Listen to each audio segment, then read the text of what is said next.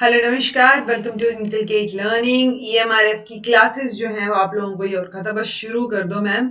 सो EMRS में teaching aptitude जो है वो मैं कवर करवाऊंगी जी। ये सारी की सारी क्लासेस कंप्लीटली फ्री होने वाली हैं ऑब्वियसली इनकलकेट लर्निंग के यूट्यूब चैनल पे। ना कोई टेलीग्राम चैनल है मेरा, ना मैं किसी ऐप पे पढ़ाती हूँ, ना किसी कोई पेड बैच प्रोवाइड करती हूँ। सो प्लीज बी अवेयर अगर मेरे नाम से, क्योंकि ये यूजीसी नेट में तो मैंने देखा था। सो ईएमआरएस वाले बच्चे भी ये चीज का ध्यान रखें कि सारी चीजें एब्सोल्युटली फ्री हैं इनकलकेट लर्निंग के यूट्यूब चैनल पे। दूसरी चीज, जो बच्चा जिसने, मुझे लग रहा है ईएमआरएस वाले जो दे रहे हैं उन्होंने आरआरबी भी दिया ही होगा, तो वो पक्का पढ़े होंगे मेरे से, ठीक है। इसीलिए उनको ये है कि हाँ ईएमआरएस का भी करवा दूं। सो देखो, ईएमआरएस में टीचिंग एप्टीट्यूड लिखा हुआ है, स्पेसिफिक सिलेबस है, लेकिन जो डी ट्रिपल एस बी वाले बच्चे हैं, जो D triple S B PRT वाले बच्चे हैं, क्योंकि ये तो ईएमआरएस पीजीटी वाले और टीजीटी वाले होंगे, राइट। तो जो D triple S B PRT वाले हैं उनके लिए अगर कोई बच्चा देख रहा है तो ये क्लासेस इंपॉर्टेंट हैं। ओके, ये क्वेश्चंस भी इंपॉर्टेंट है जो आज हम करेंगे, और ये क्लासेस भी इंपॉर्टेंट है because teaching aptitude by default D triple S B में आ रहा है। ओके, और जो हम टीचिंग एप्टीट्यूड करेंगे या जो एनआईओएस का मटेरियल है या ओवरऑल जो मैं आप लोगों के लिए क्लासेस प्रिपेयर करूंगी, सो वो सारे मटेरियल से होंगी। सो इट्स बेटर कि डी ट्रिपल एस बी वाले बच्चे भी कॉन्टिन्यूटी में पीए वाले लेक्चर्स जो हैं वो देख लें। अगर कोई बच्चा अभी से कि कोई वीडियो देखने आया है या कुछ कमेंट करने आया था कि डी ट्रिपल एस बी करा दो, सो ये classes D triple S B के लिए इक्वली इंपॉर्टेंट होने वाली हैं। बट पर्टिकुलरली ये क्लासेस ईएमआरएस के टीचिंग एप्टीट्यूड जो कि टीजीटी पीजीटी लेवल पे आपके आएगा, उनके लिए ज्यादा इंपॉर्टेंट है। उनके लिए तो बिल्कुल ऐसे एग्जाम ओरिएंटेड क्लासेस ये होने वाली हैं। पहली क्लास जो है वो आज हम करेंगे। This is presented by me Raveena. Videos informative लगे तो इनकलकेट लर्निंग को लाइक शेयर सब्सक्राइब जो है वो आप कर सकते हो। It's absolutely free. पॉइंट ये है कि कोई भी क्लास शुरू करने से पहले या किसी भी एग्जाम की तैयारी शुरू करने से पहले आपको उसका सिलेबस देखना पड़ेगा। आपके सिलेबस में ये चीजें हैं, जब मैंने स्ट्रैटेजी बताई थी उस टाइम पे भी ये डिस्कस की थी। बट सिलेबस में टीचिंग से रिलेटेड चीजें हैं स्पेसिफिकली, और इन्होंने 30 नंबर में ये दिया है अब के लिए। पिछली बार जो अभी हम पीवाईक्यूज कवर करेंगे वो 10 नंबर में था, तो 10 क्वेश्चन आपको देखने को मिल रहे थे, ठीक है। Then experiential activity based pedagogy भी, जो क्वेश्चंस मुझे जो बच्चे ने पेपर भेजा उसमें जो क्वेश्चंस अवेलेबल थे वो सारे मैंने इंक्लूड किए हैं। केस स्टडी बेस्ड की जरूरत नहीं है because case study based is somehow somewhat like जो आपका कॉम्प्रिहेंशन होता है, वैसे कि आपको कोई सिचुएशन दे दी, केस स्टडी दे दी और उसके बेसिस पे कोई क्वेश्चन आपको सोल्व करने को दिया। सो वो ड्यूरिंग टीचिंग एप्टीट्यूड भी मैं आपको बता दूंगी किस किस तरीके की चीजें आप प्रिपेयर कर सकते हो। ओके, एनईपी 10 नंबर की आएगी। ये 10 नंबर बोनस पॉइंट है आपके लिए बिकॉज टीचिंग एप्टीट्यूड तो फिर भी हमें नहीं पता कहां से आ जाए, राइट, क्योंकि ये बहुत वास्ट हो गया। बट एनईपी तो हमें पता है, एनईपी की 66 पेज का एक डॉक्यूमेंट है, उससे बाहर से कैसे आएगा, राइट। सो वो 66 पेज का डॉक्यूमेंट मैंने ऑलरेडी भी करवा रखा है, बट आपकी क्लासेस जब करवाऊंगी तो मैं अलग से भी वापस से उसको कंपाइल आप लोगों के लिए कर दूंगी आपकी क्लास के, आपके एग्जाम बेस्ड चीजों से। ओके, क्योंकि ये 10 नंबर आप नहीं खो सकते हो, नेगेटिव मार्किंग है, आपको बहुत सटीक रहना पड़ेगा अपनी चीजों में। तो ऐसा बहुत टफ पेपर नहीं आएगा आप लोगों का, लेकिन जो आएगा वो कॉन्सेप्ट्स आपके क्लियर होंगे तो आप समझ पाओगे, क्योंकि एक्सपीरियंशियल एक्टिविटी बेस्ड जब भी मैं क्वेश्चंस कराऊंगी ना उसमें देखना आप कैसे क्वेश्चंस आए हुए हैं। ओके, एंड एनईपी तो इज लाइक मोस्ट इंपॉर्टेंट, जो मैं आपको हमेशा बोलती हूँ। जब आई थी 2020 में तब मैंने करवाई थी, और मैंने आपको तब भी बोला था कि अब आने वाले, आप देखो ना 1986 के बाद 2020 की पॉलिसी आई है, सो कितने साल, 30-35 साल लग गए ना। तो अब आप देखो कि मिनिमम 15-20 साल तो वैसे तो बहुत ज्यादा, बट मिनिमम 15-20 साल कोई पॉलिसी नहीं आएगी। सो आपके सारे क्वेश्चंस इसी पॉलिसी से आएंगे 2020 वाली। सो आप 2020 वाली पॉलिसी को छोड़ने का रिस्क नहीं ले सकते, या ऊपरी तौर पे नहीं करना है इसको, बहुत अच्छे से डिटेल में करेंगे कि कोई भी क्वेश्चन आ जाए आपको आता हो एनईपी 2020 का। सो नेगेटिव मार्किंग है, आपको सटीक रहना पड़ेगा, जितना मैं कराऊं उतना भी कर लोगे ना, मैक्सिमम मार्क्स आप स्कोर कर पाओगे। ओके, सो टीचिंग एप्टीट्यूड जब मैं बोल रही हूं दैट डजंट मीन ओनली ये वाला पार्ट। ओके, टीचिंग एप्टीट्यूड में मैं आपका ये डोमेन नॉलेज वाला और एनईपी भी कवर कर रही हूं। ओके, सो ओवरऑल ये 60 नंबर का जो है क्वेश्चन हम सोल्व करेंगे। अब मेरे एक्सपीरियंस के बेस पे जब भी मैं कोई क्लास शुरू करती हूँ, जैसे मैंने आरआरबी की थी या कभी DSSB की पहले जो करवाई हुई है, सो फर्स्ट क्लास पे बहुत सारे बच्चे देखते हैं, फर्स्ट क्लास पे बहुत व्यूज आते हैं। ओके, सो क्लास तो आपकी वैसे भी होती रहेगी, इसलिए मैं पहली क्लास में इस बार क्या कर रही हूँ, PYQs इंक्लूड कर रही हूँ, क्योंकि एक तो लिमिटेड है आपके TGT PGT के 2023 में जो पेपर हुए थे वो वाले पेपर हैं, उसमें से भी जो बच्चे ने मुझे भेजा, आई थिंक एक बच्चे ने मैथ्स का भेजा था और एक बच्चे ने जो है वो इसका क्या बोलते हैं, साइंस का भेजा था। ठीक है, तो आप देखेंगे कि साइंस वाले पेपर में एक्सपीरियंशियल एक्टिविटी बेस्ड पेडागोजी वैसी ही साइंस का सिनेरियो देके पूछी गई है आपसे। ओके, सो ये सब्जेक्ट बेस्ड हो जाएगी एक तरीके से कि आप मैथ्स पढ़ा रहे हो तो आप कैसे पढ़ाओगे। सो वो चीज आप पेडागोजी जब मैं कवर करा दूंगी ना, आपका टीचिंग एप्टीट्यूड जब कवर करा दूंगी, तो ऑटोमेटिकली आपका कॉन्सेप्चुअल लेवल इतना क्लियर हो जाएगा, ट्रस्ट मी, कि आप ये experiential activity based question solve कर पाओगे। ओके, सो आपको ओवरऑल क्या सीखना है, फैक्ट्स जो मैं प्रोवाइड करूं वो याद करने हैं, कॉन्सेप्ट जिस तरीके से मैं समझाऊं उस तरीके से अपना थॉट प्रोसेस बनाने की कोशिश करनी है कि आप कोई क्वेश्चन देखेंगे तो कैसे सोचेंगे उसके लिए।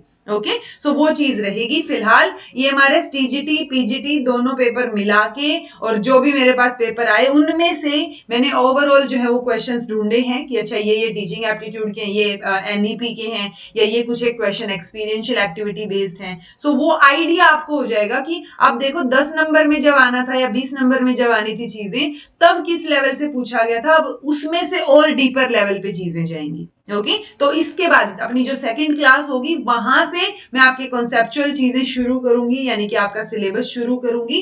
अभी के लिए अब जो है इस क्लास में आपके क्वेश्चंस कवर करेंगे, मैं बस इसलिए ये क्वेश्चंस इंक्लूड कर रही हूं ताकि पहली क्लास में एटलीस्ट जो बच्चे देखें उनको PYQs तो समझ आ जाए कि किस तरीके का पेपर आया था और किस तरीके का आने के चांसेस हैं। ओके, सो टोटल क्वेश्चंस 50 हैं जी, मेंटली प्रिपेयर होके बैठिए, आपको सोल्व करने हैं, आप अपने आप को भी नेगेटिव मार्किंग के हिसाब से इन क्वेश्चंस को अटेम्प्ट करके देखेंगे। ओके, और मैं ये भी बताती जाऊंगी कि ये वाले क्वेश्चंस जो है मैंने कहाँ करवा रखे हैं, क्योंकि ऑब्वियस सी बात है टीचिंग एप्टीट्यूड है मैंने करवा रखा है, UGC नेट के लिए भी करवाती हूँ, मैंने DSSB के लिए भी जो क्लासेस ली थी NIOS वाली, इनफैक्ट NIOS के मटेरियल से काफी क्वेश्चंस इसमें सीधे सीधे हैं। So which one of the following is least likely a factor affecting learning? तो सबसे कम जो है, क्योंकि लर्निंग टीचिंग एप्टीट्यूड है तो टीचिंग लर्निंग उनको क्या फैक्टर्स अफेक्ट करते हैं, तो वो सारे इंक्लूड हो जाएंगे ऑटोमेटिकली। सो कौन सा जो है वो लीस्ट लाइकली फैक्टर होगा जो अफेक्ट करेगा, तो वैसे तो सारे ही फैक्टर्स अफेक्ट करते हैं आपकी टीचिंग और लर्निंग को, बट कौन सा ज्यादा इंपॉर्टेंस रखता है, कौन सा कम इंपॉर्टेंस रखता है, उस हिसाब से देखें। तो रेडीनेस, अब ऑब्वियसली आपका रेडी होना जरूरी है पहले, जैसे हम स्कूल रेडीनेस का कॉन्सेप्ट पढ़ते हैं कि बच्चा स्कूल जाने के लिए रेडी है भी या नहीं, राइट? तो आप उस पर्टिकुलर क्लास के लिए, उस पर्टिकुलर लर्निंग के लिए, उस पर्टिकुलर टॉपिक के लिए रेडी हो या नहीं। अब रेडीनेस में आपकी मेंटल प्रिपरेशन, आपकी एज वाइज प्रिपरेशन, सारी चीजें आ जाती हैं। ओके, देन को करिकुलर एक्टिविटीज, तो को करिकुलर एक्टिविटीज जो आप करवा रहे हो वो तो पर्टिकुलरली किसी एक पर्टिकुलर लर्निंग को अफेक्ट करेंगी, ओवरऑल लर्निंग की बात हो रही है।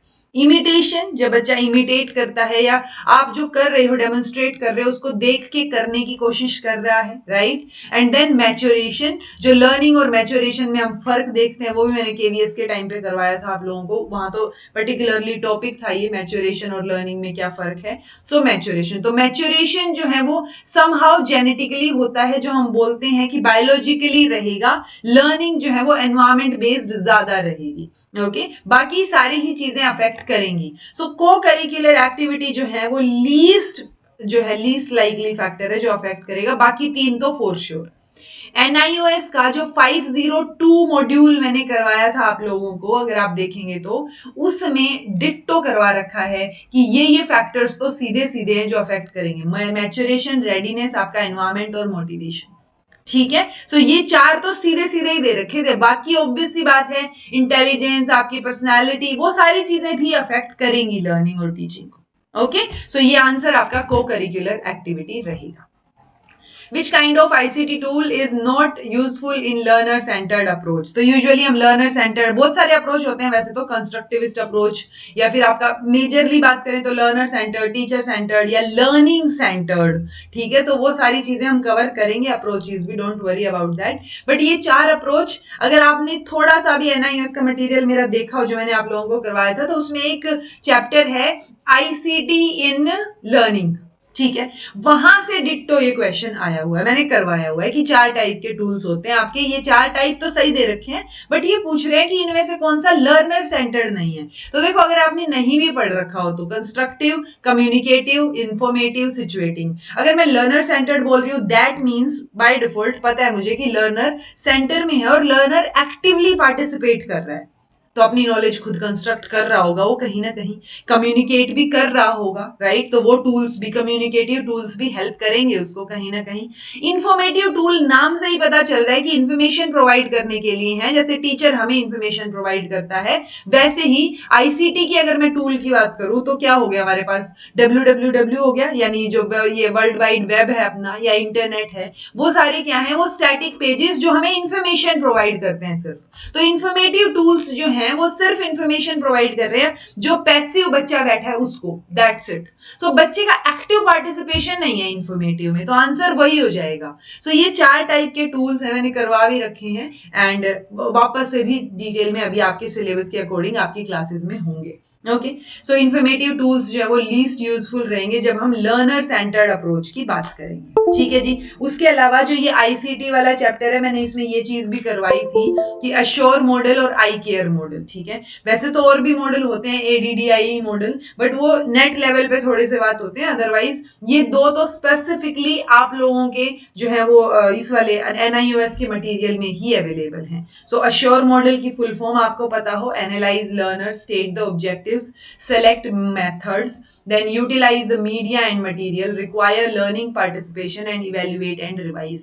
so ये इसकी फुल फॉर्म रहेगी। कई बार ये भी पूछ लेते हैं सीधा सीधा कि कौन से मॉडल में मीडिया का यूटिलाइजेशन जो है वो इंक्लूड किया गया है, तो भी यही आएगा अश्योर मॉडल। आई केयर मॉडल में introduction, connect, activity, reflect and extend, तो ये फुल फॉर्म्स आपको पता हो। ओके, बाकी हम डिटेल में करेंगे, ये मैं सिर्फ आपको आइडिया दे रही हूँ कि ये चीजें मैंने ऑलरेडी करवा रखी थी अगर आपने देखी हो तो।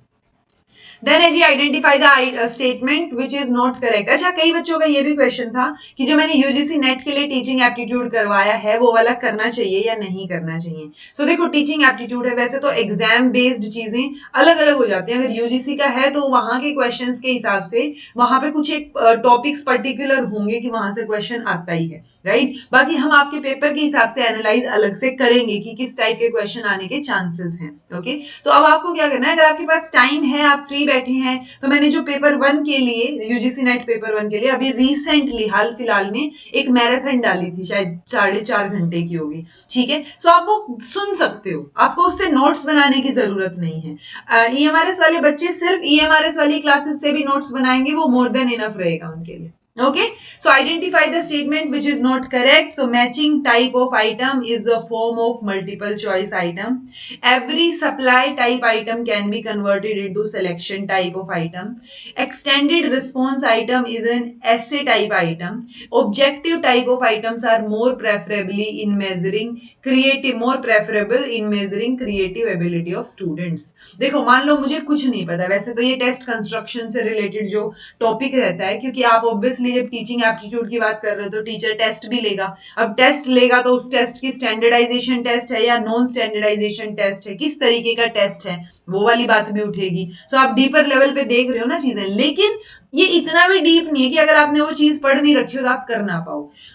ऑब्वियस सी बात है, अगर मैं किसी बच्चे की क्रिएटिव एबिलिटी चेक करना चाह रही हूं तो मैं उसको ऑब्जेक्टिव टाइप ऑफ क्वेश्चंस क्यों दूंगी। यानी कि मैं ये वाला क्वेश्चन या ये जो आपके एमसीक्यू बेस्ड पेपर होते हैं, मैं वो पेपर ले रही हूँ बच्चे का और उसकी क्रिएटिव एबिलिटी चेक कर रही हूँ, कैसे चेक होएगी, कॉमन सेंस है ना।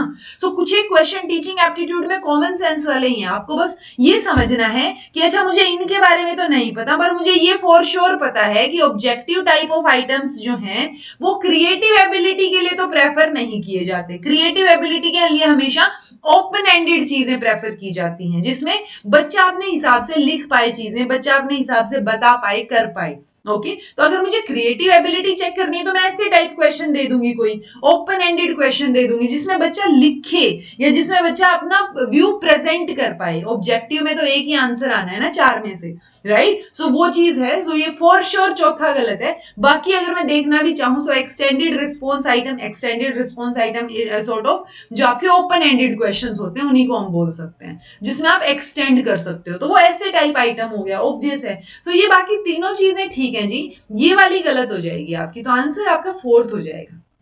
Okay, which of the following is not associated with unit test. तो यूनिट टेस्ट कौन लेता है? टीचर लेता है। यहां से फिर हमें समझ आ रहा है कि यूनिट टेस्ट हो गया या क्लासरूम में क्या चल रहा है, क्योंकि टीचिंग एप्टीट्यूड का मतलब तो यही है ना कि पढ़ाने के प्रति आपका क्या क्या नेचुरल टेंडेंसी क्या है, आप पढ़ा पाओगे नहीं पढ़ा पाओगे, क्या चीज रहेगी, राइट। सो वो टीचिंग एप्टीट्यूड में ऑटोमेटिकली जो चीजें क्लास में हो रही है, लेसन प्लान रेडी हो रहा है, टेस्ट लिया जा रहा है, तो टेस्ट के टाइप्स किस किस तरीके से टेस्ट लिया जा सकता है या किस किस तरीके से असेसमेंट किया जा सकता है, तो वो बाय डिफॉल्ट आपके सिलेबस में आ गया।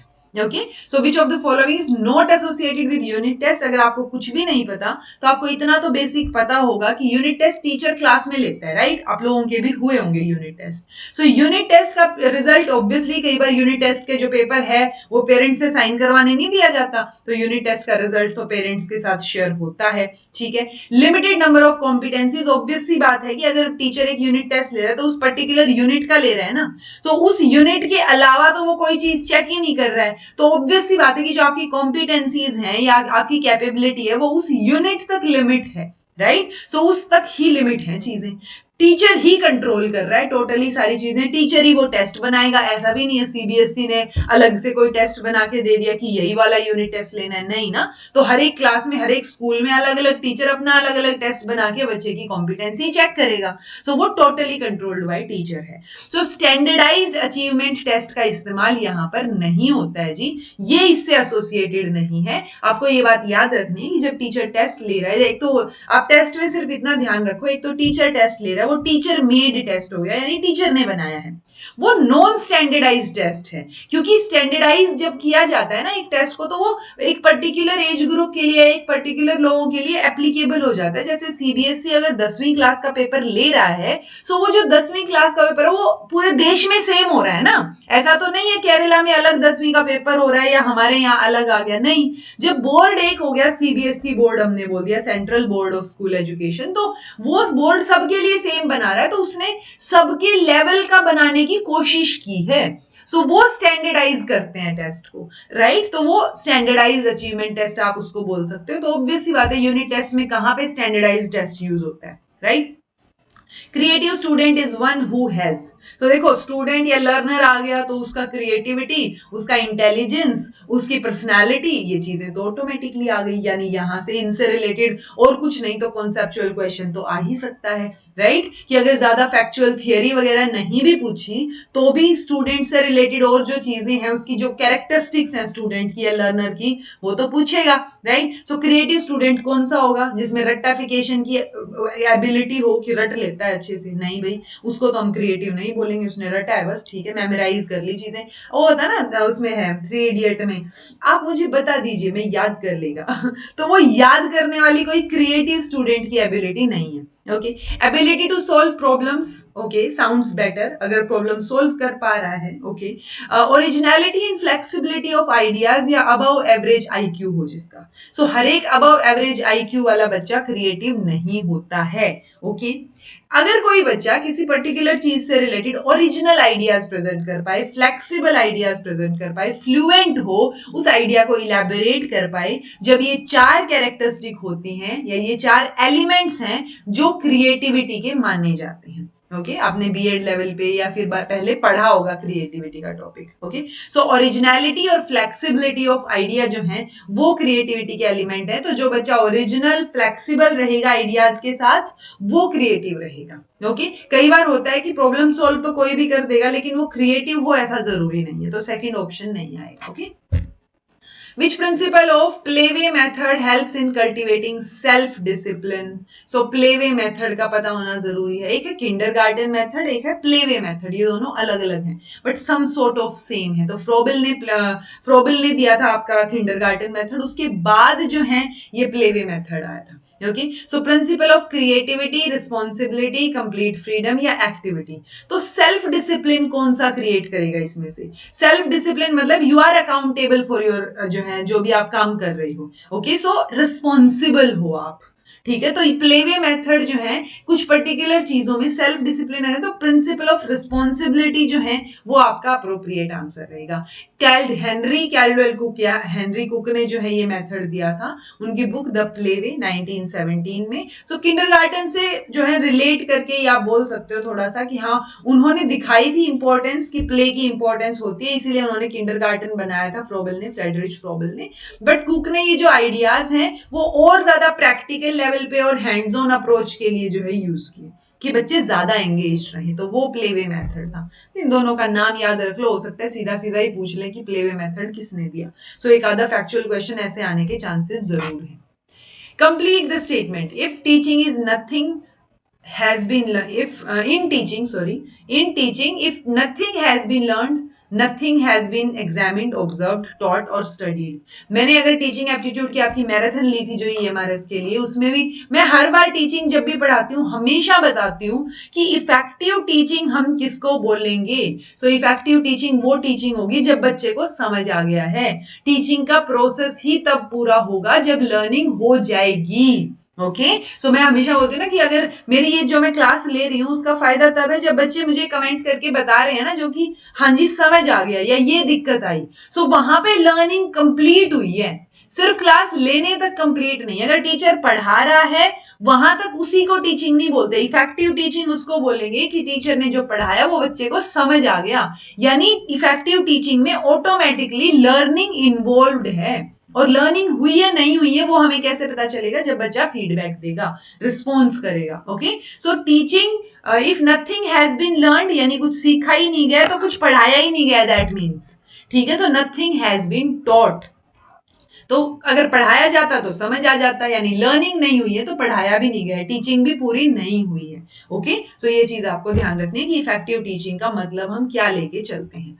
नेक्स्ट है विच is not an advantage of integrated text book. चलो, मुझे इसमें भी कुछ नहीं आता इस क्वेश्चन में, तो मैं कैसे सोल्व करूंगी? मुझसे पूछा है कि कौन सा एडवांटेज नहीं है, तो आप एक नेगेटिव स्टेटमेंट ढूंढो ना कि अच्छा पॉजिटिव नहीं है, तो ऑब्वियसली नेगेटिव वाली जो है वो एडवांटेज तो नहीं है, डिसएडवांटेज हो ना हो हमें नहीं पता, राइट। दीज में not suit students individual learning style, की हो सकता है जो इंटीग्रेटेड टेक्स्ट बुक है वो इंडिविजुअल लर्निंग स्टाइल से मैच ना करती हो या सूट ना करे बच्चे को, right. Such text books provide support to inexperience teacher. अगर वो इनएक्सपीरियंस टीचर को सपोर्ट प्रोवाइड कर भी रही है, ये हम मान के चल रहे हैं इस क्वेश्चन के लिए कि कर रही है, ठीक है, तो अगर वो कर रही है तो ये तो अच्छी बात है, एडवांटेज होगा।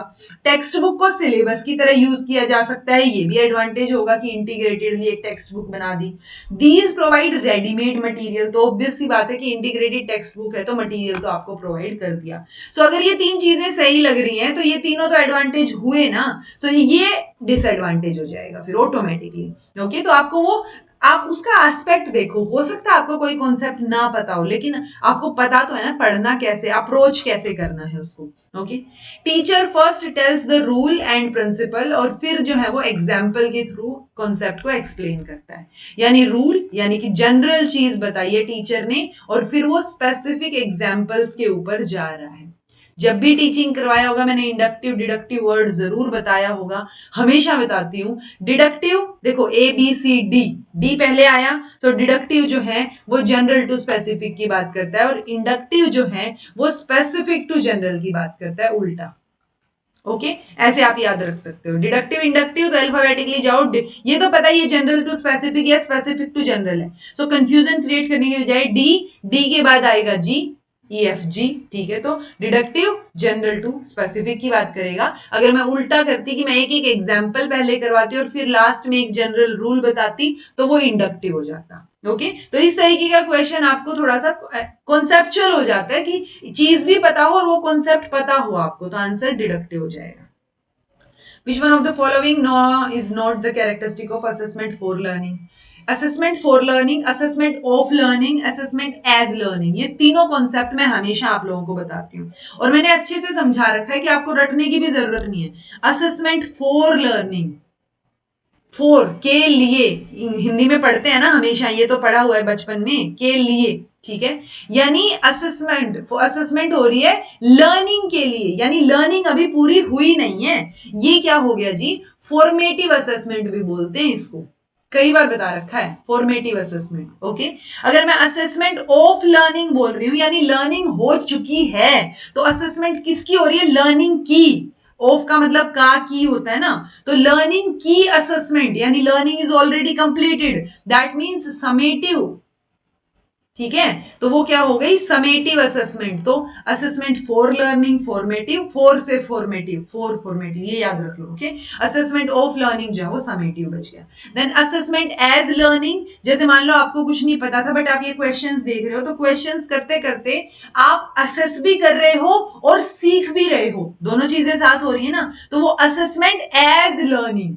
ठीक है, वो कॉन्सेप्ट तीसरा रहेगा। तो हमसे पूछा असेसमेंट फॉर लर्निंग के लिए कौन सी कैरेक्टरिस्टिक नहीं है? जजमेंटल होती है, इवेल्युएटिव होती है, प्रोवाइड्स कॉन्टिन्यूअस फीडबैक, कॉन्टिन्यूअस आएगा जी। It helps in identifying strengths and weaknesses of every student, it allows student to reflect upon their work so as to take specific action to improve upon. यानी इन तीनों में ही improvement का, feedback की बात हो रही है, इंप्रूवमेंट के चांसेस अभी हैं, यानी लर्निंग पूरी नहीं हुई है। अगर मैं जज कर रही हूं तो वो समेटिव आ गया, जजमेंटल, क्योंकि आप उसमें पास फेल या जजमेंटल वाले मोड में आ गए हो। ठीक है, सो वो आपका क्या आ गया जी? वो जजमेंटल और इवेल्युएटिव हो जाएगा जब आप समेटिव की बात करते हो। तो ये जो है वो इसका कैरेक्टरिस्टिक नहीं है, तो आंसर आपका फर्स्ट हो जाएगा। चेयरमैन कौन है? ये तो इजीएस्ट क्वेश्चन एवर। ठीक है, एनईपी 2020 के चेयरमैन, ये तो आपको पढ़ने की भी जरूरत नहीं होनी चाहिए, और ये इंपॉर्टेंट इसलिए भी है कि ये अभी अप्रैल में ही गुजरे हैं इसी साल। सो डॉक्टर के कस्तूरी रंजन ये चेयरपर्सन थे। देन है in new education policy national education policy draft the period of policy draft में जब आप बात करते हो तो फाउंडेशनल स्टेज जो है वो कितने साल का है? 3 साल का, 5 साल का, 4 साल का, 2 साल का? हम क्या बोलते हैं? 5+3+3+4 का स्ट्रक्चर है। ये वाली चीज क्या है? हमारी फाउंडेशनल है। ये हमारी क्या होगी? प्रिपरेटरी स्टेज, तीसरे नंबर पे मिडिल स्टेज, और ये सेकेंडरी स्टेज। तो आंसर क्या हो गया जी? 5 ईयर्स। ओके, देन है in new national education policy draft what grades were proposed for secondary school education. तो देखो ये क्या था ना, इनके एनईपी वाला पोर्शन जो है वो डोमेन नॉलेज में इंक्लूडेड था, तो वो डोमेन वाइज अलग अलग क्वेश्चंस थे एनईपी के, जो मेरे को 2 पेपर मिले उनमें से। तो एनईपी के पेपर आपको 2 मतलब ज्यादा क्वेश्चन देखने को मिलेंगे क्योंकि डिफरेंट हैं थोड़े से, बट जो टीजीटी या पीजीटी के लिए कोई वो जो टीचिंग एप्टीट्यूड वाला पोर्शन था वो सबका सेम रह रहा था कि टीजीटी लेवल पे चाहे कोई भी सब्जेक्ट हो आपका वो पेपर सेम है, 10 क्वेश्चन वाला। ओके, सो इन न्यू एजुकेशन, अच्छा इसमें क्या पूछा है? Grades were proposed for secondary school. तो सेकेंडरी स्कूल एजुकेशन के लिए लास्ट की 4 ग्रेड है, यानी 9वीं 10वीं 11वीं 12वीं, आंसर हो गया सेकंड। ठीक है, which age group of children was suggested for fundamental foundational stage. तो पहली स्टेज है 3 साल से जो है बच्चे की पढ़ाई शुरू होगी, तो पहले 5 साल की बात हो रही है, तो 3 से 8 की बात हो रही है। ठीक है, पहली फाउंडेशनल की जो बात हो रही है। In new national education policy draft the period of middle और अपर प्राइमरी स्कूल एजुकेशन। तो वो कितने साल का है? मिडिल 3 साल के लिए है, कौन से 3 साल है? 6ठी 7वीं और 8वीं, तो आंसर 3 साल हो गया। ठीक है, अब ये देखो, Mohan can now think in terms of propositions and deal with propositions instead of objects, he deals with sum total of possibilities rather than empirical situation. ठीक है, he takes final steps towards versatility in thought, यानी final step ले लिया है उसने thought में, और वो अब ऑब्जेक्ट की बजाय प्रपोजिशंस पे सोच रहा है, यानी एब्स्ट्रैक्ट थिंकिंग हो रही है। और एब्स्ट्रैक्ट थिंकिंग कौन से स्टेज पे होती है? पियाजे के। पियाजे की 4 स्टेजेस हैं हर बार, ये तो पक्का ही आता है, मतलब ये तो सिलेबस में मेंशन हो ना हो बच्चे के डेवलपमेंट से रिलेटेड ये थियोरी जरूर पूछी जाती है, मॉडल जरूर पूछा जाता है, तो आंसर आपका फॉर्मल ऑपरेशनल हो जाएगा। ओके, जिसमें हम हाइपोथेटिकल डिडक्टिव रीजनिंग की बात करते थे। Which of the following is not associated with unit test. ये पीजीटी का पेपर शुरू हो गया 16 के बाद, तो ऑब्वियसली डिफरेंट क्वेश्चन है बट वैसा सा ही है। ठीक है, ऑप्शंस अलग हैं, 2 ऑप्शन सेम है, बाकी अलग है। So confined to limited number of competencies, ये तो एसोसिएटेड है। टोटली कंट्रोल्ड बाय टीचर, ठीक है। रेमेडियल पर्पज से यूज किया जाता है, ऑब्वियसली क्लास में यूनिट टेस्ट आपको कोई दिक्कत आ रही है उसको ठीक करने के लिए, पढ़ाने के लिए, इंप्रूवमेंट के लिए, फॉर्मेटिव असेसमेंट के लिए, ठीक है। बट स्टैंडर्डाइज अचीवमेंट टेस्ट इससे एसोसिएटेड नहीं है। Okay, what is not an advantage of discovery method, कि अगर मुझे नहीं भी पता डिस्कवरी मेथड के बारे में तो मुझे अगेन एडवांटेज डिसएडवांटेज तो स्टेटमेंट से समझ आ जाएगा कि ये फायदे वाली बात है कि नुकसान वाली। अगर ये डेवलप कर रहा है साइंटिफिक और क्रिटिकल एटीट्यूड बच्चों में, ऑब्वियसली अच्छी बात है, एडवांटेज ही होगा अगर ये हो भी रहा है तो। Okay, it provides training, TRAIN, training to prepare students for life. ठीक है, अगर लाइफ के लिए प्रिपेयर कर रहा है, मुझे नहीं पता कर रहा है कि नहीं कर रहा है, लेकिन अगर ये कर रहा है तो ऑब्वियसली ये एडवांटेज है, right. It develop self confidence and self reliance, बिल्कुल सही बात है ये तो। Then this method is suitable for students of lower classes, छोटे बच्चों के लिए डिस्कवरी मेथड नहीं होता है। ओके, तो ये बड़े बच्चों के लिए थोड़ा प्रोजेक्ट लेवल पे, या जब आप खुद करना, सिर्फ टॉपिक दे दिया और आप बच्चे खुद डिस्कवरी से उस चीज को करेंगे, सो वो लोअर क्लासेस के लिए सुटेबल नहीं है जी, ये इसका एडवांटेज नहीं है। Okay, which characteristic does not belong to adolescence stage, तो कौन सी कैरेक्टरिस्टिक एडोलेसेंस से रिलेट नहीं करती, दैट मीन्स बाय डिफॉल्ट जब लर्नर की कैरेक्टरिस्टिक की बात हो रही है तो वो लर्नर अब आपका बच्चे से लेके एडोलेसेंट तक कोई भी हो सकता है। Okay, forming group among members of same sex, यानी आप सेम तरीके के ग्रुप बनाते हो। पीरियड ऑफ इंटेंस इमोशंस, ये तो फॉर श्योर है, इंटेंस इमोशंस हैं, और ग्रुप लॉयलिटी भी होती है कि ग्रुप में जो बात होगी वो वहीं तक रहेगी, आप पेरेंट्स को भी नहीं शेयर करते बहुत बार। Okay, highly critical of social evils and injustice, तो देखो थोड़ा थोड़ा तो चारों ही पॉइंट ठीक है, दूसरा और चौथा तो फॉर श्योर नहीं आएगा, बिकॉज दूसरे और चौथा तो इंटेंस इमोशन, स्टैनले हॉल ने भी बोला था स्ट्रेस एंड स्टॉर्म की स्टेज होती है, तो इमोशन बहुत जबरदस्त रहते हैं यहाँ, ठीक है, उतार चढ़ाव रहता है, ग्रुप लॉयलिटी भी फॉर श्योर रहती है। अब बचे दो पॉइंट। अब इन्होंने पहली स्टेटमेंट में ये नहीं बोला है कि you only form group with same sex, only कहीं भी यूज नहीं किया है, तो यूजुअली सेम सेक्स के साथ होती है चीजें कि लड़की लड़कियों का अलग से ग्रुप है, क्योंकि उनमें सेम चेंजेस हो रहे होते हैं। दैट डिपेंड्स कि वो चाहे लड़कों ने एक ग्रुप बना लिया, लड़कियों ने ग्रुप बना लिया, भले ही जो है वो अट्रैक्टेड हो एक दूसरे की तरफ, और लड़कियां जो है वो ग्रुप में बैठ के भले ही लड़कों को डिस्कस कर रही हो या vice versa, but only use नहीं हुआ है, तो सेम सेक्स में ग्रुप्स तो बनते हैं, ये बात ठीक है, बट डिफरेंट में भी बन सकते हैं। आप अट्रैक्टेड होते हो दूसरे की तरफ तो ग्रुप कहीं भी बन सकता है, या मिक्स ग्रुप भी बन सकता है। ओके, बट जो तीसरी स्टेटमेंट है इसमें बोल रहे हैं highly critical of social evil and injustice, होते हो आप स्टीरियोटाइप्स को नहीं मानना चाहते, आप जो है वो एथिक्स वाले मोड में रहते हो, थोड़ा सा एंथुजियाज्म वाले मोड में रहते हो, बट हाईली क्रिटिकल वर्ड थोड़ा सा एक्सट्रीम की साइड नजर आ रहा है मुझे, क्योंकि आंसर की नहीं है ये, मोस्ट अप्रोप्रिएट आंसर मैं अपनी तरफ से बता रही हूँ सबके। ओके, सो हाईली क्रिटिकल थोड़ा सा डाउटफुल कर देता है चीज को, सो इसको ही हम बोलेंगे, क्योंकि ऊपर वाले में ओनली यूज नहीं हुआ है कि आप सिर्फ सेम सेक्स के साथ जो है वो ग्रुप बनाते हो, ग्रुप कैसे भी बन सकते हैं, ठीक है। सो इसलिए वो होता है ना, आई अग्री, कैसे भी बन सकते हैं, बट मेजरली ये चीज देखने को मिलती है, तो ये हाईली क्रिटिकल मुझे डाउटफुल बनाते हुए यहाँ पे थर्ड आंसर के साथ में जाऊंगी। ओके, आप लोगों में से किसी के पास आंसर की हो या किसी का कोई पॉइंट ऑफ व्यू हो तो आप कमेंट करके जरूर बताइएगा। Which of the following is not an example of assessment of learning, देखा, of learning यानी यहां जजमेंट हुएगी। Assessment of homework, scholarship examination, anecdotal records, annual examination. देखो एनुअल एग्जामिनेशन तो फॉर श्योर, ठीक है, समेटिव के लिए ही आएगा, स्कॉलरशिप एग्जाम भी समेटिव के लिए आएगा, क्योंकि उसमें लास्ट में जज हो रहा है, समेटिव में जजमेंट ही तो हो रही है, तो जजमेंट यहाँ पे देखने को मिल रही है। एनेक्डोटल रिकॉर्ड और असेसमेंट ऑफ होमवर्क, होमवर्क जब आप टीचर असेस करता है तो उसके बाद वो वाली चीज है कि इंप्रूवमेंट का चांस है, right. So somehow assessment of homework जो है फॉर्मेटिव असेसमेंट में जाएगा, ना कि असेसमेंट ऑफ लर्निंग में, तो वो फॉर लर्निंग में जाएगा। जो होमवर्क दिया गया है वो भी सीखने के लिए दिया गया है, आप जो गड़बड़ करोगे वो फिर वापस से टीचर करेक्ट करके आपको सिखाएगा। सो फर्स्ट जो है वो किससे रिलेटेड रहेगा, आपका असेसमेंट फॉर लर्निंग से रिलेटेड रहेगा। सो ये तो एसोसिएटेड नहीं है जी, तो ये आंसर तो ठीक है। एनेक्डोटल रिकॉर्ड भी मैं बता देती हूँ, दो तरीके के रिकॉर्ड यूजुअली ये वर्ड आप देखोगे, एक होंगे क्यूमुलेटिव रिकॉर्ड्स, तो क्यूमुलेटिव रिकॉर्ड्स में आप क्या देखते हो, एक्यूमुलेटेड चीजें, यानी शुरू से लेके सारे रिकॉर्ड्स बनाए गए हैं, जो भी आपका टेस्ट हुआ, जो भी आपका बिहेवियर रहा, सारी चीजें, जो भी आपकी एक्स्ट्रा करिकुलर एक्टिविटी हुई, हम सब चीजों को रिकॉर्ड कर रहे हैं, राइट, वो क्यूमुलेटिव है। एनेक्डोटल एक्सीडेंटली आप एनेक्डोटल को एक्सीडेंटल वर्ड से याद रखो कि मान लो आपने आपकी क्लास में एक बच्चा है और उसने अभी वो बच्चा मतलब मिडवे है, 5वीं क्लास का बच्चा लगा लो, और उसने किसी को पीट दिया गुस्से में आके, ठीक है। ऐसा पहले कभी नहीं हुआ था, अभी हुआ है पहली बार। तो अब आप क्या कर रहे हो, ये जो बिहेवियर उसका हुआ, ये जो एक स्पेसिफिक इवेंट हुआ है, एक स्पेसिफिक एक्सीडेंट हुआ है, इसके बाद से आप उस तरीके के बिहेवियर को आप रिकॉर्ड करना शुरू कर रहे हो। दैट इज एनेक्डोटल, यानी you are recording after a specific. तो यहाँ पे स्पेसिफिक की बात हो रही है और क्यूमुलेटिव में सारे रिकॉर्ड्स की बात हो रही है। ओके तो एनेक्डोटल को एक्सीडेंटल वर्ड से रिलेट करके आप याद रख सकते हो कि ये रिकॉर्ड स्पेसिफिकली एक इवेंट से रिलेटेड हो और एक इवेंट के बाद ही यूजुअली रिकॉर्ड किए जाते हैं। क्यूमुलेटिव में सारे रिकॉर्ड्स होते हैं। ओके ये देखो अश्योर मॉडल का भी क्वेश्चन आ रखा है, तो ये भी आपका वही मैंने फर्स्ट स्लाइड में ही बता दिया था, फुल फॉर्म बताओ इसकी, ठीक है। अश्योर की फुल फॉर्म आपसे पूछी है, कौन कौन से, फुल फॉर्म भी नहीं कंपोनेंट्स पूछे हैं, फुल फॉर्म में तो सारे वर्ड्स आ जाएंगे बट यहाँ कंपोनेंट्स पूछे हैं।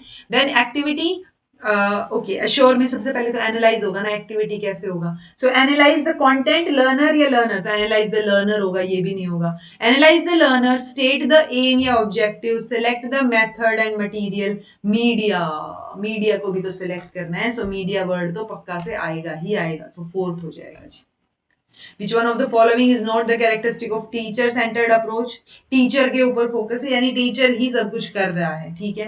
अनफेमिलियर और abstract concepts are directly explain, हाँ टीचर एक्सप्लेन कर देगा सारी चीजें। इनफ स्कोप रहेगा डिबेट डिस्कशन के लिए, कैसे रहेगा, जब टीचर सेंटर्ड है, टीचर आया उसने सारी इंफॉर्मेशन आपके अंदर डाली और चला गया, ठीक है। कोर्सेज प्रिस्क्राइब्ड, कोर्स कंप्लीट कर देगा अपना टाइम पे, और लार्ज क्लास जो है वो इजीली हैंडल हो जाएगी इस तरीके से, जो लेक्चर मेथड होता है। तो ये चीजें ठीक है, ये वाला जो है वो गड़बड़ है जी, यानी कि इनफ स्कोप नहीं होता है टीचर सेंटर्ड में, वो लर्नर या लर्निंग सेंटर्ड में अप्रोच में रहेगा कि डिस्कशन और डिबेट का फुल स्कोप है।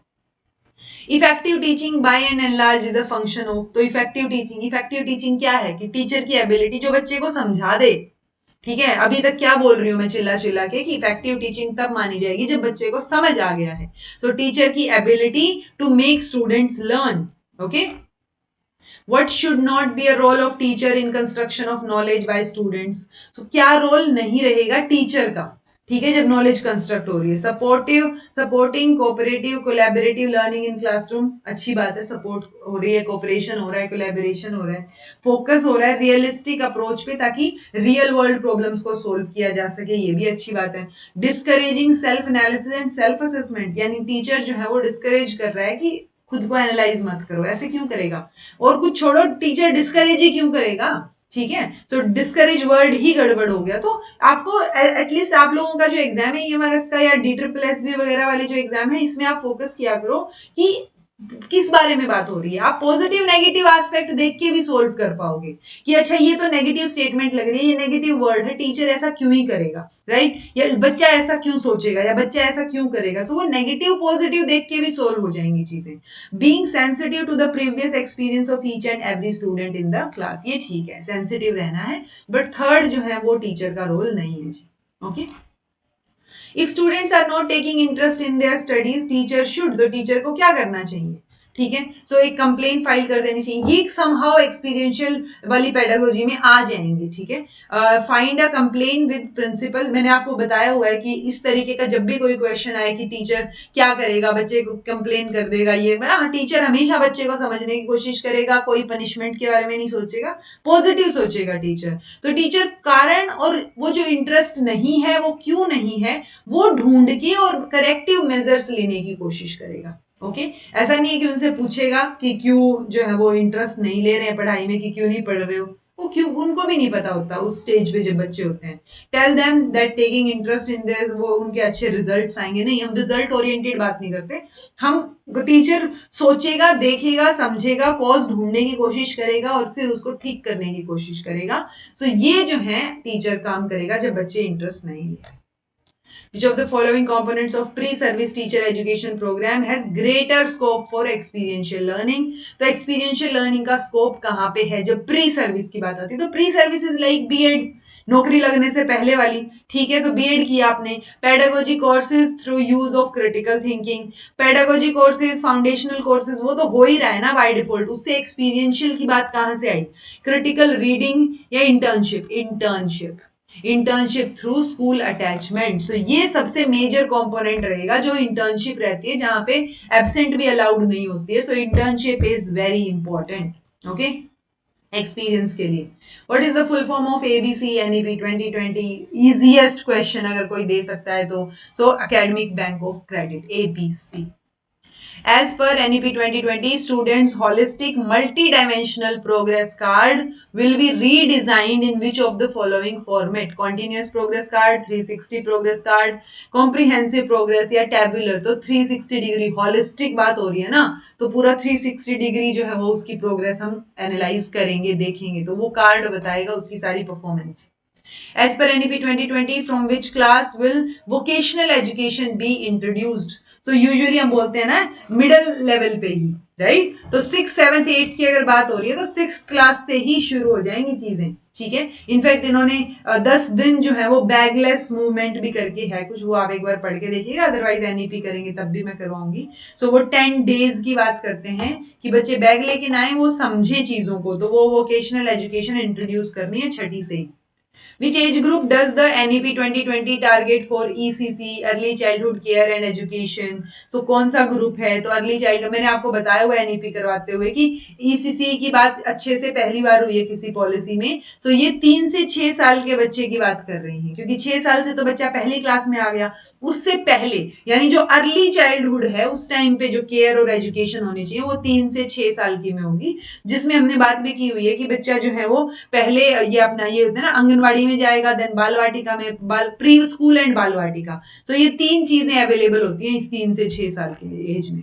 ओके, एनईपी 2020 में ईसीसी की फुल फॉर्म अभी अभी मैंने बता दिया आप लोगों को, early childhood care and education. तो आंसर आपका 3rd हो गया जी। Okay, As per NEP 2020, what percentage of GDP is recommended to spend on education? So education पे कितना परसेंटेज जो है वो होना चाहिए, एजुकेशन पे या रिसर्च पे? यूजुअली रिसर्च की बात होती है। अच्छा ठीक है, ओके। ओवरऑल एजुकेशन पे 6% होना चाहिए जी, रिसर्च पे तो और भी कम है, बहुत कम है, पॉइंट से मतलब होता है ना पॉइंटों में है, 0 पॉइंट समथिंग, तो 1% से भी कम है।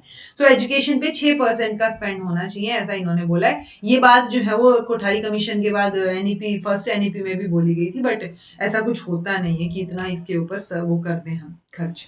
According to NEP 2020, the aim of education, new NEP यानी 5+3+3+4 जो स्ट्रक्चर है ये इज टू, इसका एम क्या है?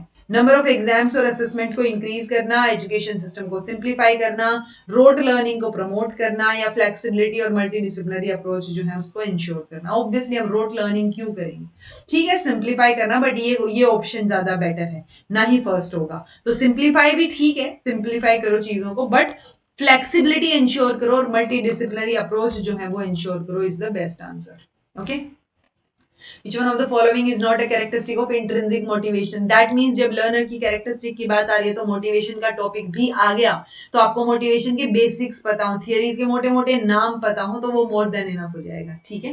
क्योंकि possibility कम है कि motivation की या जो particular theories हैं personality की या कोई भी, उनके अंदर से question आए, बट ऊपरी तौर पे तो आपको सारे concepts पता होने चाहिए। Okay, it refers to the performance of an activity in order to attain an outcome। so एक outcome attain करने के लिए इंट्रिंसिक होता है, अंदर से मन कर रहा था इसलिए किया, सेटिस्फेक्शन चाहिए था इसलिए किया, ना कि किसी आउटकम के लिए या किसी रिवॉर्ड के लिए, ठीक है। ये भी option, it is based on taking pleasure in an activity rather than external reward. हाँ, मजे करना, ठीक है। तो उस एक्टिविटी को करते हुए आपको प्लेजेंट अच्छा फील हो रहा है, प्लेजर फील हो रहा है, ना कि एक्सटर्नल रिवॉर्ड के लिए कर रहे हो चीज, ये बात ठीक है। It results in high quality learning and creativity, और ऑटो जनरेटेड होता है यानी मन से आती है चीजें अपने आप, इंट्रिंसिक अंदर से। सो फर्स्ट वाला जो इसका आंसर हो जाएगा जी, हमसे नोट अ कैरेक्टरिस्टिक पूछा है। Okay, a school organises an educational trip, ये देखो ये है एक्सपीरियंशियल लर्निंग का क्वेश्चन, ठीक है, कि आपको आप किस तरीके से बिहेव करोगे, आप एक्सपीरियंस के बेस पे बच्चों को सिखाना चाह रहे हो, तो क्या चीजें आप ध्यान में रखोगे। A school organises an educational trip for middle school students to the Jim Corbett National Park, what would be the teacher's advisory to children during the visit, तो टीचर बच्चों को क्या बोलेंगे, ऑब्जर्व करो बिना किसी क्वेश्चन के, ये बोलेंगे, या नोट डाउन कर लो अपने डाउट्स और आके पूछ लेना, ठीक है, ये बोलेंगे, या बोलेंगे उनको कि ऑब्जर्व करनी है चीजें, नोट्स बनाने हैं, जो ऑब्जर्व आप कर रहे हो वो टीचर के साथ या फेलो बच्चों के साथ भी शेयर करना है। It's like gym Corbett National park जा रहे हो, आपको एक, आप दूसरी साइड खड़े हो, बाकी बच्चे इधर हैं, आपको एक साइड शेयर दिख गया, आप बाकियों को भी बोलोगे ना आपने ऑब्जर्व किया, नोट किया और बाकियों को बताया, ठीक है, वो ऑब्जर्वेशन शेयर भी की, तो ये ज्यादा बेटर साउंड कर रहा है। या बोलेगा कि एंजॉय करो अपने फेलो स्टूडेंट्स के साथ, तो देखो एंजॉय भी है, बट बेटर ऑप्शन या अप्रोप्रिएट ऑप्शन कौन सा जाएगा अपना, फिर थर्ड चला जाएगा। ओके, सो ऑब्वियसली आप कीनली ऑब्जर्व जब आप कर रहे हो तो ऑब्वियसली आप मजे कर रहे हो, ट्रिप एंजॉय कर रहे हो जब आप, अच्छी ऑब्जर्वेशन है आपकी। एज पर NEP 2020 educational assessment should be formative होनी चाहिए, सिर्फ समेटिव होनी चाहिए, लर्निंग और डेवलपमेंट को प्रमोट करे और हायर ऑर्डर स्किल्स को भी टेस्ट करे। सो असेसमेंट में अगर ऑप्शन वाइज देखा जाए तो 1 3 4, देन एक 1 ओनली, ओनली तो फॉर श्योर नहीं आएगा, ठीक है, सो 1 ओनली तो नहीं आएगा, 1 एंड 3, अच्छा ओके, ओनली ओनली रुको रुको, ओनली मतलब सिर्फ फॉर्मेटिव की बात हो रही है, नहीं हम कॉन्टिन्यूअस, देखो कॉम्प्रिहेंसिव कॉन्टिन्यूअस इवेल्युएशन की बात करते हैं, ठीक है, हम मेजरली फॉर्मेटिव असेसमेंट की बात करते हैं, लेकिन हम बाकी चीजों की भी बात करते हैं। सो असेसमेंट शुड बी फॉर्मेटिव हो, प्रमोट करे, अगर वो फॉर्मेटिव होगी तो वो ऑटोमेटिकली लर्निंग और डेवलपमेंट को प्रमोट करेगी, और हमें उनकी हायर ऑर्डर स्किल्स भी ऑब्जर्व करनी है। सो अप्रोप्रिएट आंसर 1 3 और 4 जो है वो ज्यादा बेटर आंसर सूट कर रहा है, बाकी मतलब मुझे तो यही बेटर लग रहा है, सिर्फ समेटिव ओनली की वजह से वो हट गया, और यहाँ पे ऑप्शन में है भी नहीं कि चारों ही साथ में ऑप्शन में हो। अदरवाइज जब असेसमेंट की बात होती है एनईपी 2020 में, तो वो सब चीजों को इंक्लूड करते हैं कि फॉर्मेटिव भी हो, समेटिव भी हो, बाकी चीजें भी हो, ठीक है, तो सारी चीजें होती हैं usually. Next question, which approach of learning out of the following engages participants in activity, leads them to reflect on the activity critically and obtain useful insight and learning? So कौन सी चीज में जो है वो, कौन से अप्रोच में कि वो एक्टिवली इन्वॉल्व भी हैं और फिर रिफ्लेक्ट बैक भी कर रही हैं, ठीक है, तो एक्टिवली इन्वॉल्व थे वो जब जिम कॉर्बेट नेशनल पार्क गए थे, ठीक है, एक्टिवली चीजें ऑब्जर्व भी कर रहे थे, रिफ्लेक्ट बैक भी कर रहे थे, सो एक्सपीरियंशियल लर्निंग जो है वो बेटर आंसर रहेगा जिसमें सारी चीजें आ जाएंगी। The chemistry department at the school, ये साइंस वाले बच्चों के उसमें आया हुआ था, तो इसी तरीके से अगर आप हिंदी के हो या इंग्लिश के हो, आपकी फील्ड से रिलेटेड घुमा के उसको दे देंगे, ठीक है, तो केमिस्ट्री डिपार्टमेंट जो है स्कूल में is conducting some value added experiments curriculum के बेस पे with interactive hands on activities, तो इस एक्टिविटी या इस एक्सरसाइज का पर्पस क्या है, जो एग्जिस्टिंग लेक्चर्स हैं उनको प्रैक्टिकल से रिप्लेस कर देना, assess the theoretical understanding of students, उनसे क्वेश्चंस पूछ के, generate statistical data by comparing the grades of current batch with those जो previous batch में आए थे उनसे कंपेयर करना। हम ऐसे कंपैरिजन की तो वैसे भी बात नहीं करते, और प्लस इस सिनेरियो में तो फिट भी नहीं बैठ रहा, ये है कि आप बेटर अंडरस्टैंडिंग चाह रहे हो कि जो थ्योरेटिकल कॉन्सेप्ट उन्होंने समझा है अब वो एक्सपीरियंशियल लर्निंग के थ्रू उसको समझें, तो ये बेटर ऑप्शन है, देखते ही समझ आ जाना चाहिए कौन सा रहेगा। ओके, जैसे जॉन एक chemistry teacher took his students to a chemical manufacturing unit, जैसे वहां पे आप किस में गए थे, जिम कॉर्बेट में गए थे, यहाँ पे आप केमिकल मैन्युफैक्चरिंग यूनिट में चले गए, एक इंडस्ट्री में चले गए, बेसिक पर्पस क्या है, आप स्टूडेंट्स को चाह रहे हो कि वो एक रिपोर्ट प्रिपेयर करें as a part of their curriculum, avoid giving theoretical instructions in the classroom, ताकि उनको बस वही समझ आ जाए जो देखना था, एक अपॉर्चुनिटी प्रोवाइड कर रहे हो स्टूडेंट्स को इंटरेक्ट करने की इंडस्ट्रियल पीपल के साथ, और एक रियल वर्ल्ड इनसाइट प्रोसेस करें वो, यानी एक्सपीरियंशियल लर्निंग, ना कि क्विज कंडक्ट करने के लिए ले जा रहे हो, नहीं, हम रियल लाइफ यानी कि बेसिकली एक्सपीरियंस उनको करवाने के लिए, तो एक्सपीरियंशियल लर्निंग से रिलेटेड है ये क्वेश्चन भी। National education policy came into which year, ये क्वेश्चन भी आया हुआ था जी, बिल्कुल इजीएस्ट क्वेश्चन 2020 में आई थी। National education policy has fixed the student teacher ratio, यानी प्यूपिल टीचर रेशियो, बेसिकली जो पीटीआर है वो उन एरियाज में जहां पे डिसएडवांटेज बच्चे ज्यादा हैं वहां पे कितना है, यूजुअली 30:1 होता है, बट जहां पे बच्चे ऐसे ज्यादा हैं डिसएडवांटेज चिल्ड्रन, वहां पे 25:1 जो है वो रेशियो रहेगा। Okay, next question, name of the policy related to education in 1986 by government of India. So ये हिंदी वाले पेपर में आया हुआ था। तो 1986 में national education policy, new education policy, Indian education policy. तो ये कंफ्यूजन नहीं क्रिएट करना है, ये सारी ही नेशनल एजुकेशन पॉलिसीज हैं। ठीक है, national policy of education, national education policy, year ही तो अलग है, तीनों की तीनों नेशनल एजुकेशन पॉलिसी ही है। ओके, फर्स्ट आंसर हो जाएगा, ना कि न्यू एजुकेशन पॉलिसी। ये नहीं सोचना एनईपी हो तो नया है तो न्यू है, नहीं, नेशनल है। Which statement is not correct regarding language, art and culture in relation to NEP? Art is the most important medium for spreading culture. ठीक बात है। Cultural awareness and expression contribute significantly to individual and social well-being. हाँ, contribute तो करती है दोनों ही level पे। Language एक rich repository है culture की, obviously. Promotion of Indian art and culture is important. Only for the nation नहीं, for the people also, for the society also, सबके लिए इंपॉर्टेंट है, ना कि सिर्फ नेशन के लिए। ओके, सो ये करेक्ट नहीं होगा जी। नेशनल एजुकेशन पॉलिसी 2020 रेकमेंड्स अ बैगलेस कॉन्सेप्ट। तो बैगलेस कॉन्सेप्ट जो मैंने आपको बताया ना, 10 दिन का बैगलेस कॉन्सेप्ट, ताकि वोकेशनल एजुकेशन कर पाए तो छठी से आठवीं। ठीक है, ये है वो बैगलेस कॉन्सेप्ट। क्वेश्चन भी आया हुआ है इससे। Which one of the following is not related to digital learning? Digital learning से रिलेटेड नहीं है। ई लर्निंग, ई आचार्य, ई कल्प। ठीक है, तो ये आपका क्या आ जाएगा जी? E commerce. Commerce digital learning से रिलेटेड नहीं है। कॉमर्स में जैसे ये आपकी वेबसाइट्स होगी ना, अमेजोन होगी, फ्लिपकार्ट होगी, तो ई कॉमर्स जहां पे आप लेन देन करते हो, सीख मतलब खरीदते हो कुछ। परख इज लॉन्च्ड बाय, सबसे पहले तो परख की फुल फॉर्म बता दीजिएगा कमेंट करके। ठीक है, NCERT, UGC, AICT, NCT. I think 2023 में, 2023 में पहला परख लॉन्च किया था एनसीईआरटी। ओके, सो क्या ये 2023 सही है या नहीं वो मुझे बताना, और ये परख की फुल फॉर्म बताना। Which one of the following has been declared as one nation one digital platform? ये भी एनईपी के अंडर क्वेश्चन बन जाएगा, क्योंकि one nation one digital platform mention है आपके एनईपी में। ठीक है, तो कई बार ये क्वेश्चन भी पूछ सकते हैं कि कौन कौन से जो है वर्ड्स या कौन कौन सी डिजिटल प्लेटफॉर्म्स मेंशन है आपके एनईपी में। ओके, तो वो आपको पता हो। सो निपुण भारत, परख, दीक्षा और विद्यांजलि। दीक्षा है जी, ठीक है, दीक्षा की फुल फॉर्म भी मुझे बताइएगा। डिजिटल इंफ्रास्ट्रक्चर है ये फॉर नॉलेज शेयरिंग। ठीक है, मैंने बता दिया। So Diksha, one nation one digital platform. Which of the following is most valued characteristic of emotionally and socially mature person? तो वो रिप्रेस करेगा एक्सप्रेशन ऑफ अनहेल्दी इमोशन। नहीं, अगर आप इमोशनली और सोशली मैच्योर हो तो आप रिप्रेस नहीं करोगे, आप एक्सप्रेस कर दोगे। ठीक है, ही डजंट एक्सपीरियंस कॉन्फ्लिक्ट। ऐसा तो होता ही नहीं है कि कोई इंसान धरती पे एक्सपीरियंस जो है वो ना करे कॉन्फ्लिक्ट, या ऐसे कॉन्फ्लिक्ट वाली स्थिति। ठीक है, उलझन वाली स्थिति। He frequently places the welfare of others and band of immediate satisfaction of his needs। And आएगा ये। ठीक है, सो वो बेसिकली अपनी इमीडिएट सेटिस्फेक्शन की चीजें थोड़ी सी क्या कर देगा, बेंड कर देगा, बट वो वेलफेयर के बारे में ज्यादा सोचेगा। He seeks goals that are realistic in life, life आएगा, in light of his abilities and opportunities. So अपनी एबिलिटी और अपॉर्चुनिटी को देखते हुए वो रियलिस्टिक गोल्स जो है वो बनाएगा। तो गोल वाली बात तो फिलहाल हो ही नहीं रही है। मोस्ट वैल्यूड कैरेक्टरिस्टिक क्या रहेगी कि वो वेलफेयर को आगे रखेगा लोगों के। ओके, तो थर्ड।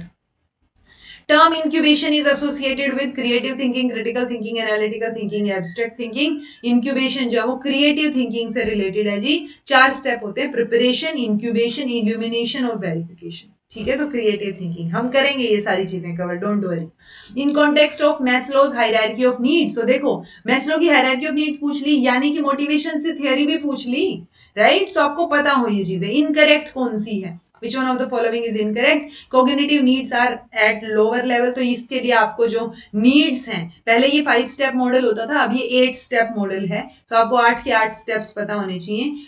कोग्निटिव नीड्स ऊपर की तरफ आती है तो फॉर श्योर है। सेफ्टी नीड्स नीचे आती है, तो सेफ्टी नीड्स एस्थेटिक नीड्स से नीचे रहेंगी। सेफ्टी नीड्स, ये गलत हो गया जी। एस्थेटिक नीड्स हायर लेवल पे रहेंगी, ठीक है, और एस्टीम नीड्स जो है वो हायर लेवल पे होंगी सेफ्टी से, तो सेफ्टी से ज्यादा हायर पे होंगी। यहाँ पे एस्थेटिक से भी नीचे होगी सेफ्टी, और एस्थेटिक नीड जो है वो ऊपर होंगी कोग्निटिव से। सो कोग्निटिव नीड लोअर नहीं हायर पे होती हैं, तो फर्स्ट आपका गलत हो गया, यानी इनकरेक्ट ही आपसे पूछा।